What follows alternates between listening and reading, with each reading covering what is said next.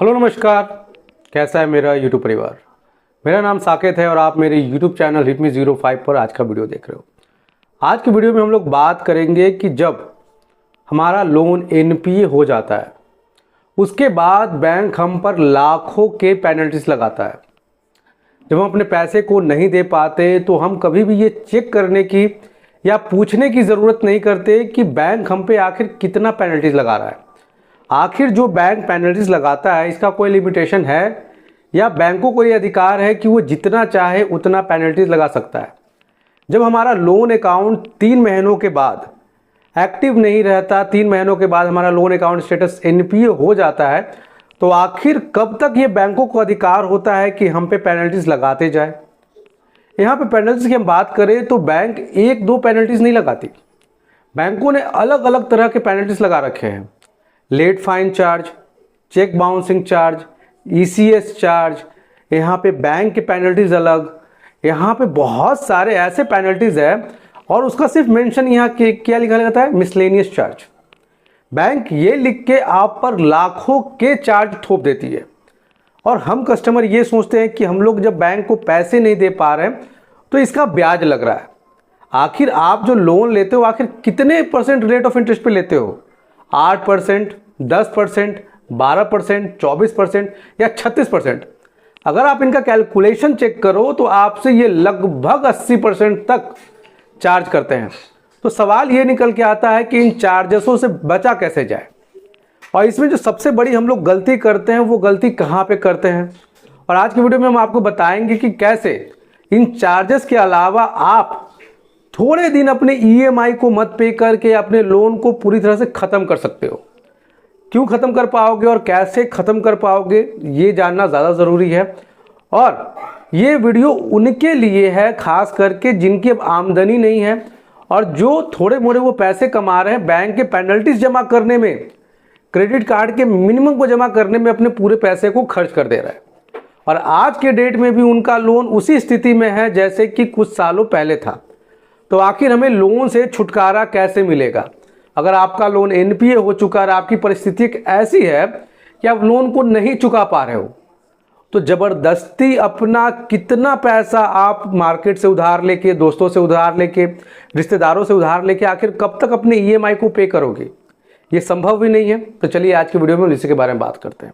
देखिए, जब भी हम लोग कोई भी लोन लेते हैं बैंक और एनबीएफसी कंपनी से, तो जब हम लोग लोन लेते हैं तो जो लोन का होता है एग्रीमेंट होता है, लोन का जो पेपर मानते हैं हम लोग, जिसको हम लोग लोन लेते हैं तो अप्रूवल के समय एक लेटर दिया जाता है, पर ज़्यादातर लोगों के पास अपने लोन का डॉक्यूमेंट नहीं होगा। जब लोन लेते हैं तो लोन सैंक्शन लेटर कितने के पास है, उसमें बहुत सारी चीज़ें लिखी होती है। सबसे पहला, आपके क्लोजर पे क्या अमाउंट पे करना पड़ेगा। अगर मान लीजिए हमको अपने लोन को सेटलमेंट कराना है, क्लोज करना है, तो बैंक हमसे कुछ चार्जेस लेगी क्या। आखिर उसमें यह भी लिखा रहता है कि कितने मंथ हम लोग कितना पैसा नहीं देंगे तो बैंक को कितना अधिकार है और क्या क्या चार्जेस लगा सकती है, ये भी लिखा रहता है। पर ये चीज़ें हमें पता नहीं होता और हम लोग बैंक से मांग भी नहीं पाते, जिसके कारण बैंक को जो मन में आता है वो एडिशनल चार्ज बोल के हम पे लगा देती है। अब सवाल आता है कि जब लोन अकाउंट एनपीए हो जाता है तो उस समय हमें पैसे देने ज़रूरी है। देखिए, अगर आप लोन एनपीए होने के बाद में जो भी पैसे दे रहे हो, आपको ही पता होगा कि ये सारे पैसे आपके एक्स्ट्रा चार्जेस, पेनल्टीज, इंटरेस्ट में डिडक्शन होते हैं, प्रिंसिपल अमाउंट में ये डिडक्शन नहीं होते। ऐसे एवज में आप जितना भी पैसा डाल दो उसका आपके मूलधन से कोई प्रभाव नहीं पड़ेगा। आप ऐसे थोड़े थोड़े अमाउंट करके, बहुत सारे लोगों से मेरा बातचीत हुआ, वो बोलते हैं हम लोग छोटे छोटे अमाउंट डालते हैं, वो सारे अमाउंट तो इंटरेस्ट और पेनल्टीज में कट जाते हैं, प्रिंसिपल में डिडक्शन होता नहीं है। अगर आप 1 साल भी पेमेंट कर दे रहे हो उसके बावजूद आपको क्या मिलता है? उसके बावजूद भी आपको देखते हैं कि आप वहीं के वहीं हैं। अंत में आपका ख्याल आता है कि लोन को सेटल करा ले। जब आप लोन सेटल कराने जाते हैं तो बैंक आप पे late fine charge, ECS charge और बहुत सारे अदर चार्जेस बता के बोलती है आपका लोन अकाउंट इतना बना।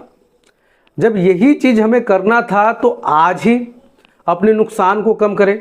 जब हमें पता है कि हम लोन नहीं पे कर पाएंगे तो सबसे पहले अपने नुकसान को कम कीजिए, जो लॉसेस हो रहे हैं उसको रोकिए।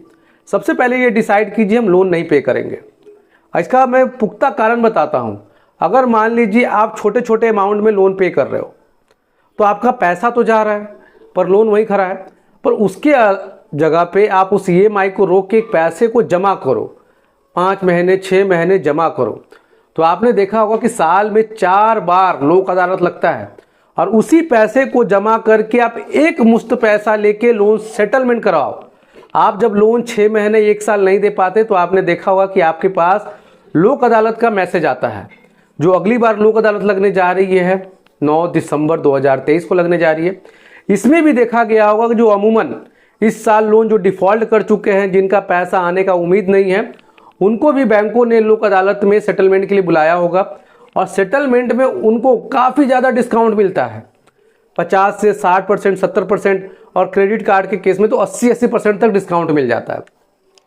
अब वही चीज़ उन्हें जब सेटलमेंट वो कराने जाते हैं तब उनको ख्याल आता है कि अगर हमने पहले ही जो एडिशनल पैसे दिए थे, जो हमने पहले ही NPA के बाद जो पैसे भरे थे, अगर उसको हम लोग रोक लेते तो उतना पैसा तो बच जाता, क्योंकि वो सारे पैसे तो मेरे प्रिंसिपल में डिडक्शन हो नहीं रहा है, चाहे सेटलमेंट अमाउंट से उसको माफ़ तो किया जा नहीं रहा है। जब सेटलमेंट अमाउंट में हमें इतना डिस्काउंट मिल ही रहा है तो जो बाकी पैसे हमने दिया था वो पैसे का हिसाब कौन करेगा? वो सारे पैसे आपके पानी में डूब जाते हैं। तो यहाँ पे सबसे ज़रूरी क्या है कि जब आप EMI नहीं दे पाते हो तो अपने स्टेटमेंट को बिल्कुल क्लियर रखिए कि हम पैसा दे पाएंगे या नहीं दे पाएंगे। अगर नहीं दे पाएंगे तो बिल्कुल मत दीजिए, क्योंकि अगर आप नहीं दे रहे हो और छोटे छोटे अमाउंट में पे कर रहे हो तो बैंक इसमें सेटलमेंट और NPA के बीच में लाखों का जुर्माना आपसे वसूल लेती है। और जब इसका कैलकुलेशन हम लोग बाद में करते हैं तो हमें ये समझ में आता है कि हमने बैंक को बेवजह लाखों रुपए दे दिए हैं।